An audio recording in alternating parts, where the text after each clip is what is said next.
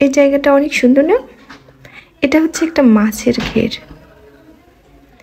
এখানের একটা বিশেষত্ব আছে, সেটা হচ্ছে কি, এখানে যে গাছগুলো দেখা যাচ্ছে অনেক সুন্দর করে সাজানো, এই প্রত্যেকটা গাছই বিদেশি গাছ এবং সবগুলো গাছই টুকটাক ফল আসা শুরু করেছে।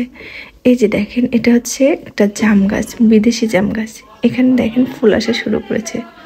হ্যাঁ, আর এই জাম গাছের পাতাগুলো বেশ বড় বড় এবং জামও হয় খুব বড় বড়। এখনও ফল আসা শুরু করেনি, তবে ফুল আসতে শুরু করেছে।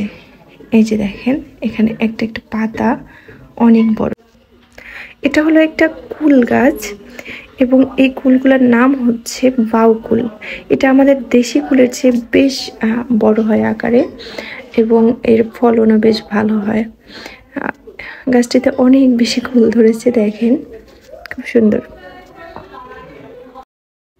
চলেন আমরা পুরো জায়গাটা আজকে ঘুরে দেখি। এটা হলো একটি লেবু গাছ এবং এই লেবু গাছের লেবুগুলো বেশ বড় হয়। এটা হলো খেজুর গাছ, যেটা সৌদি আরবের অরিজিনাল খেজুর গাছ। এটা হলো একটু বড় সাইজের খেজুর গাছ। এই গাছের একটা বিশেষত্ব আছে, সে বিশেষত্ব হলো কি জানেন, এই গাছগুলা এর আসলে বীজ লাগে না। এর গোড়া থেকে দেখেন, গোড়া থেকে চারা বের হয় এবং এই চারাটা আপনি কেটে নিয়ে অন্য জায়গায় বসাতে পারবেন। চারাগুলো আসলে খুবই আকর্ষণীয়, আমার কাছে এত ভালো লেগেছে গাছগুলা। আচ্ছা, এই যে ওখানে চারা দেখলেন না, এই যে চারাটা আপনি অন্য জায়গায় বসায় দিলে আপনি সেখানে হচ্ছে আপনার গাছটা গজাবে আর কি। আর এটা হলো জাম গাছ, এটা দেশি জাম।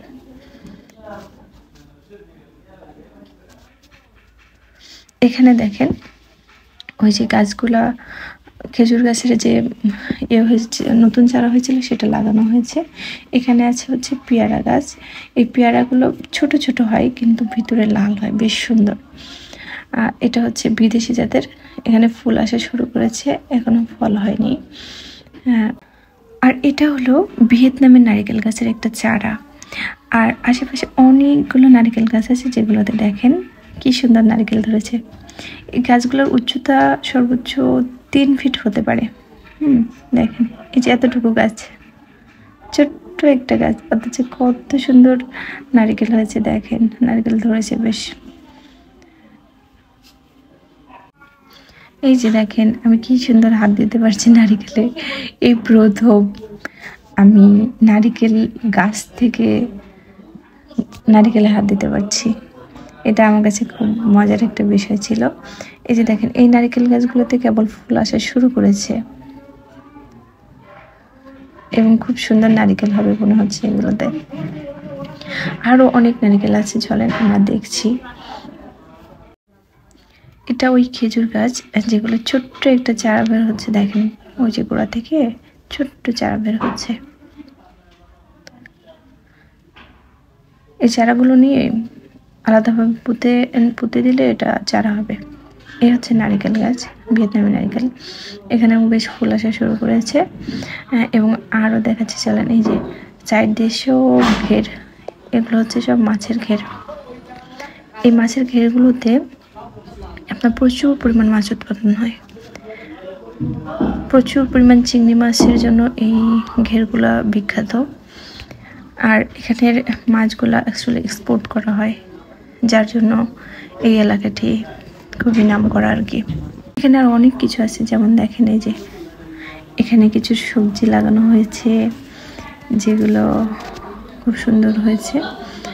আর এটা হচ্ছে একটা লাল জাতের ভিয়েতনামি নারিকেল গাছ। এই যে এই ডাবগুলো এত সুস্বাদু ছিল যে আমি আসলে মনে হচ্ছিল যে আরও কয়েকটা খাই। সবাই খেয়েছিলাম আর আমরা অনেক মানুষ গিয়েছিলাম, তাই জন্য আমরা দেখেন কি যে সুন্দর এই ডাবগুলো। এই যে দেখেন বাচ্চারাও ধরতে পারে, দারুণ না বিষয়টা। এই যে দেখেন ছোট ছোট লাল লাল হয়ে আছে, এগুলোকে আমাদের এলাকায় আম্বুল মধু বলা হয়। তো এই আম্বুল মধুগুলো আসলে অনেক উপকারী, এটা বিভিন্ন রোগের জন্য অনেকে খায়। আর এটা হচ্ছে আদা গাছ। আদা তো আমরা সবাই চিনি, তাই না? এই আদা এখানে রোপণ করা হয়েছিল এবং খুব সুন্দর চারা হয়েছে এবং ফলও হয়েছে। ভিডিওটি কেমন লেগেছে অবশ্যই লাইক কমেন্ট শেয়ার করে জানাবেন। আর এতক্ষণ ধৈর্য ধরে দেখার জন্য আপনাদের অনেক অনেক অনেক ধন্যবাদ।